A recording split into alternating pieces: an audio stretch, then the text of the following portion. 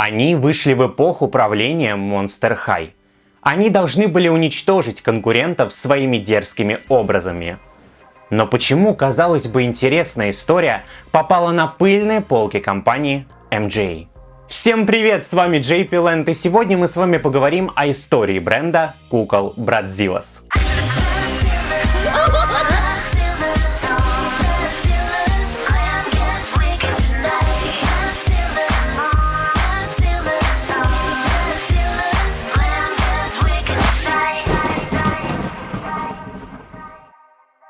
Перед началом видео хочу поблагодарить канал Aesthetic Doll за предоставленную информацию, фотографии и также огромная благодарность за то, что помог связаться с зарубежными блогерами. Ссылочки на все его соцсети я оставлю в описании. А также я оставлю ссылку на статью, где подробно расписана каждая коллекция кукол Bratzilla's. Ну раз пошла такая пьянка, то у меня есть тоже свой телеграм-канал. А недавно я завел Boosty. Подписывайтесь, пожалуйста. Ваша поддержка очень важна. Ну что ж, пора начинать. Отправляемся с вами в прошлое, а именно в 2012 год. В это время Monster High было не остановить. С каждой новой коллекцией они поднимают планку качества и покоряют мир. Благодаря монстрам произошел бум коллекционирования. Каждый второй на YouTube от ребенка до взрослого снимал распаковки кукол. Из каждого дома звучала песня, которую спустя 10 лет будут вспоминать с теплотой. Скандальные куклы подняли хайпы в России. Родители пытались добиться их запрета. Почему такое количество суицидов сейчас? Потому что границы стерты, потому что смерть стала нормой. Чего, блядь? По праву можно считать, что бренд кукол Monster High устроил революцию в мире игрушек. В общем, вы понимаете, в каком положении была Mattel. Но что же насчет других компаний? У них было два исхода событий. Либо собрать свои чемоданы и уйти на пенсию, либо попытаться потревожить Mattel. Компания MJ Entertainment решила дать отпор. 2012 год для компании был не самым сладким. Bratz потеряли свою уникальность, Moxie кое-как держались на рынке, а вот Moxie Teens к этому моменту были уже... Если вкратце, компания MJ была в полной жопе. Попала в финансовые передряги. Виной тому всеми любимый Mattel. Если вам интересно узнать о противостоянии двух компаний, то смотрите мое предыдущее видео. Ссылочку я оставлю в описании. Но несмотря на такое ужасающее положение, Исаак Лариан, директор компании MJ, не унывает, а решает создать бренд кукол, который свергнет Monster High с престола. Начинается разработка нового бренда кукол. В итоге, в июле 2012 года появляются Bratzilla's.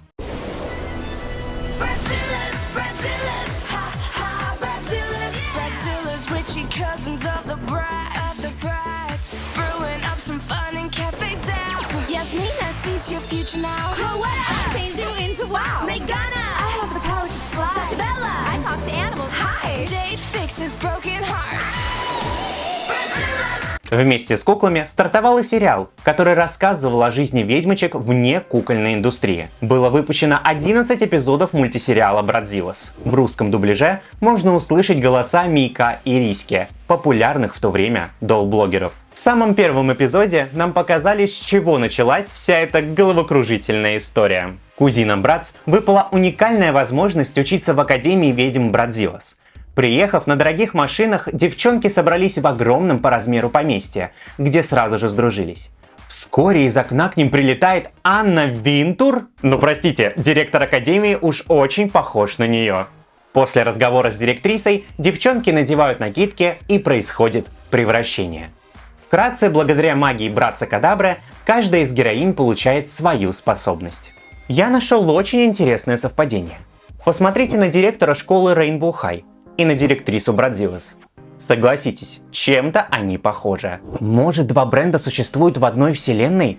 Просто директриса из одной школы перешла в другую. Но это только теории и загадки. Что-то я много говорю о директрисе. Пора бы уже и познакомиться с девчонками. В базовую линейку Bratzilla's вошли 5 героинь. Мейгана Брумстикс. Способность. Умеет летать. Питомец пони Вингзи. Отличительный знак.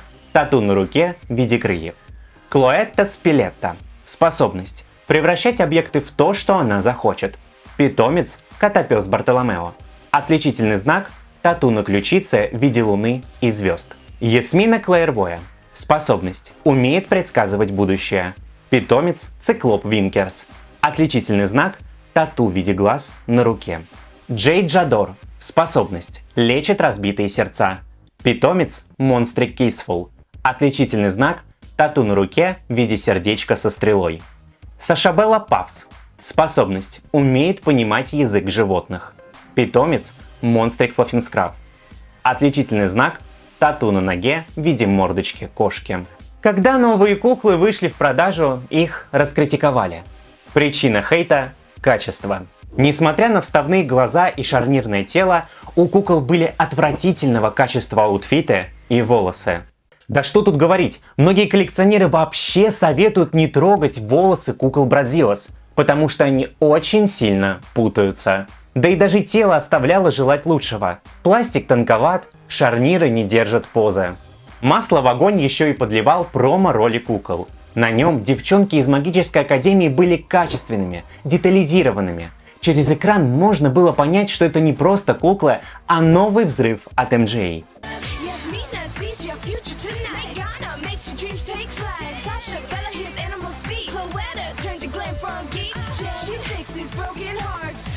With their incredible style, the Bratzillas pledge to do good with magic from the...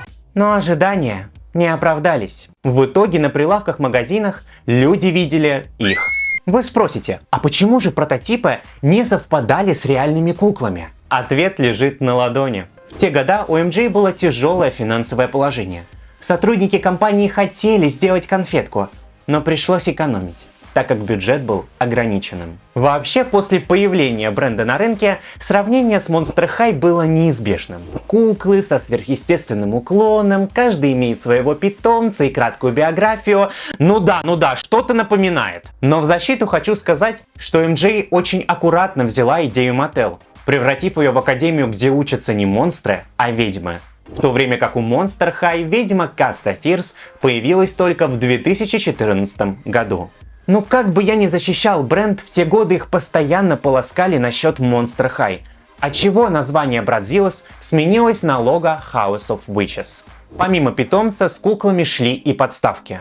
Вообще с базовыми Bradзиллас творилась какая-то вакханалия. Были аж 3 базовые серии. С питомцем, без него и вообще упрощенная серия с отсутствием некоторых аксессуаров под названием Discounted Version. MJ Entertainment тратила баснословные деньги на раскрутку бренда. Так, 13 июля 2012 года появляется клип на песню Bradзиллас.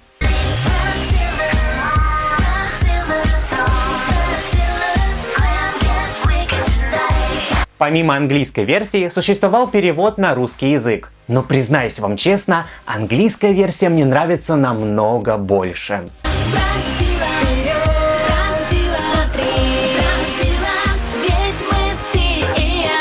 Из песни можно узнать, что девчонки из Академии ведьм – кузины знаменитых Братц. Вот так вот компания соединила, казалось бы, 2 совершенно разные франшизы. Клип снимался в поместье Кенфилд Морена. Кенфилд Морена Эстейт – это историческое здание и поместье, расположенное в Лос-Анджелесе. Особняк площадью 2000 квадратных метров построен в 1923 году. Когда-то роскошная резиденция принадлежала звезде немого кино Антонио Морена и его жене, наследнице нефти Дейзи Кенфилд Морена. В особняке проводились роскошные вечеринки для звезд немого кино и для другой аристократии. В поместье снимались такие фильмы, как «Крик», «Хэллоуин» и другие картины. Особняк также можно купить за $40 миллионов. You know, I used to think that I could communicate with animals. Getting our spells on. Lots of fun. Thanks for playing. Bye.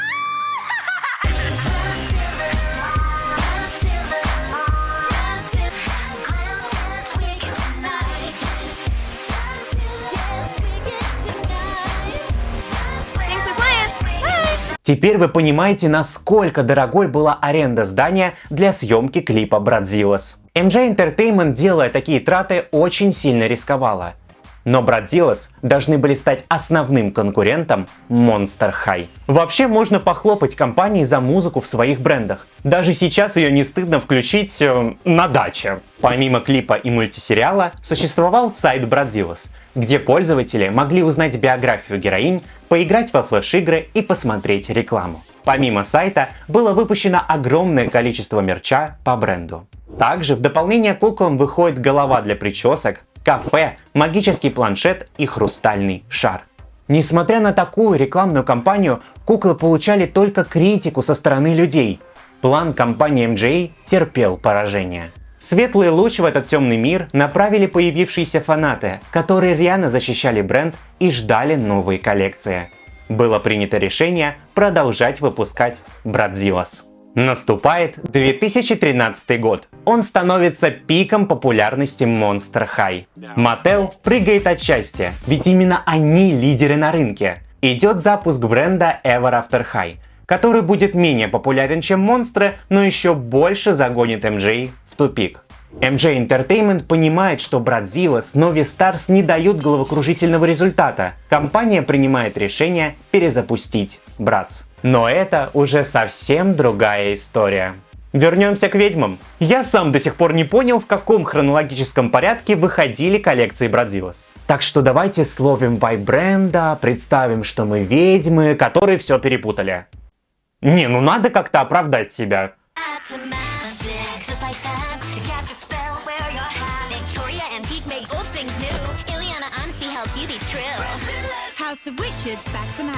В 2013 году выходит коллекция Back to Magic, где вместе с знакомыми нам девчонкам добавляются новые персонажи. Виктория Антик приехала на учебу по обмену из Китая. Способность – умение превращать старые вещи в новые. Отличительный знак – тату на руке в виде змеи. Ильяна Анасти приехала на учебу по обмену из Индии. Способность – умеет заставлять всех говорить правду. Отличительный знак – тату на кистях Мехенди. Начиная с 2013 года качество Bratzilla's значительно улучшилось, но куклы все равно далеки от своих прототипов. Прототипы Джейд и Саша Беллы Back to Magic были кардинально другими, нежели в коробке, а вместо Ильяны была замечена вообще другая кукла. Запомните ее! О ней мы еще поговорим. Также в этом году свет увидел бюджетных Bratzilla's. Куклы были созданы в поддержку малоимущих семей. Бюджетки отличались нешарнирным телом и прокрашенными глазами. Если в Америке и в других странах бюджетки оправдывали свое имя и цену, то у нас они стоили намного дороже самой первой серии кукол. Вот такой вот колдовской поворот. Следующая коллекция, которая вышла все в том же 2013 году, называлась Magic Night Out.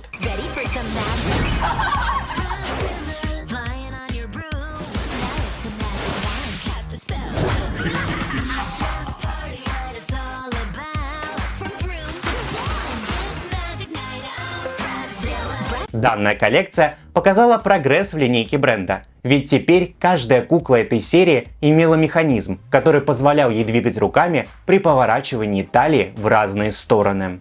Круг лучших подружек расширяется. Помимо героинь, которые уже всех подзадолбали, появляется новый персонаж – Вампелина. Способность – умеет видеть в темноте. Питомец – летучая мышь Батрик. Отличительный знак – тату в районе ключицы в виде клыков вампира. Помимо головокружительного механизма, с каждой куклой шла волшебная палочка, которая красиво светилась в темноте. Наконечник палочки вообще отправляет нас в 90-е с этим удивительным пластиковым фонтаном. С этого момента Bratzilla's больше не стригутся в салоне центрифуга, а перешли на новую ступеньку люкса, ведь волосы ведьм в этой коллекции перестали мочалиться. Также эта коллекция отличилась тем, что сейчас Вампелину на РФБ можно купить за 20 тысяч рублей на Авито. Да-да, не только эти ваши монстры могут стоить дорого. Давайте отвлечемся и пособираем что-нибудь. Нет, не Лего. Давайте соберем ведьму. О, а как раз таки в бренде Bratzilla's существовал такой наборчик. Customize, personalize, monsterize. Ой, не та реклама. Коллекция Switchy Witch вышла все в том же 2013 году. Как же хорошо, что все коллекции выходили в одном и том же году. Ну хоть даты запоминать не надо. Концепция была до боли проста. Было несколько наборов, где можно по частям собрать свою собственную ведьму. Эти наборы понравились далеко не всем, ведь куклы выглядели очень экстравагантными. Чего стоит кожа кукол, покрашенная в разные цвета. Посмею сказать, что эта коллекция была достаточно скандальной. Ведь когда она вышла в свет, тут же понабежали обозленные фанаты Monster High, которые с пеной у рта доказывали, что MJ украла идею Mattel, что Switch Witch – копирка Create a Monster. Но я снова встану на защиту бренда. Вы, конечно, меня извините, но в наборчиках Switch Witch было побольше аксессуаров, чем у тех же самых Create a Monster. То тела не хватало, то еще одной пары обуви. Так что ротик на беззвучку. Понятно вам, блядь. Сразу же после выходит коллекция Midnight Beach. Midnight Beach.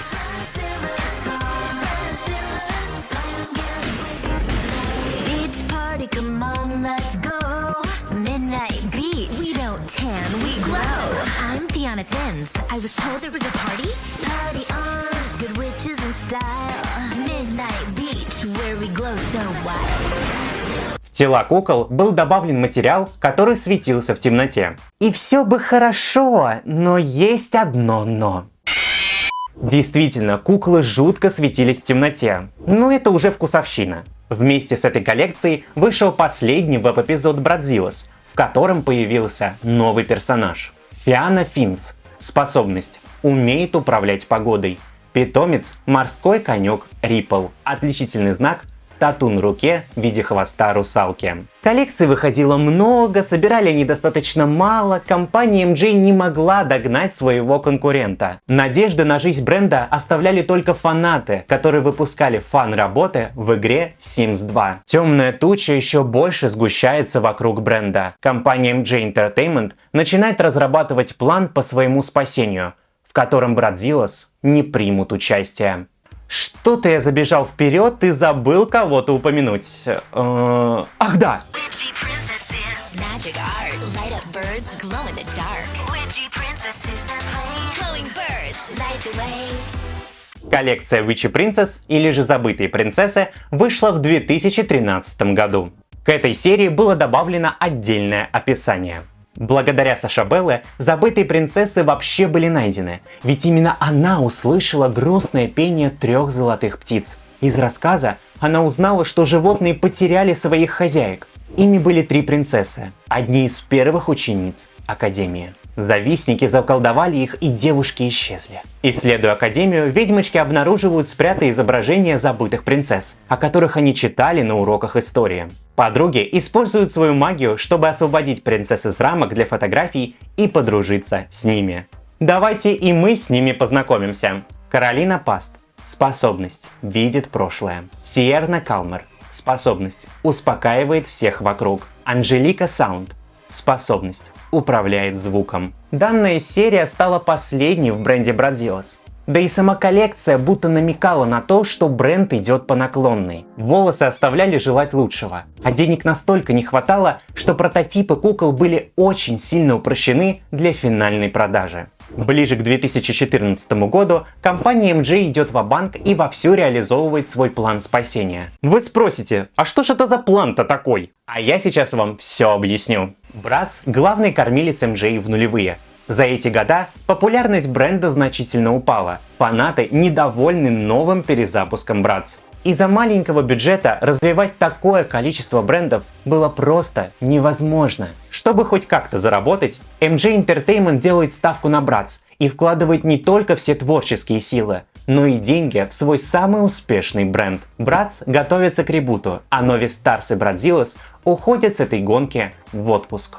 В связи с этими новостями некоторые выпуски Bratzilla's так и не увидели свет. 2013 год должен был порадовать покупателей коллекции Witchy Band. В серию должны были войти Клоэта, Мейгана и Ясмина. Также должны были выйти конь Bratzilla's, машина на радиоуправлении и 3 плейсета, рояль, туалетный столик и кровать. Но самое сладенькое, что должно было удивить фанатов бренда, это выход второй базовой серии кукол Bratzilla's.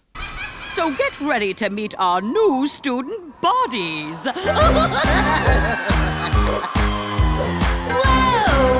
Bratzilla's, here we come. Bratzilla's,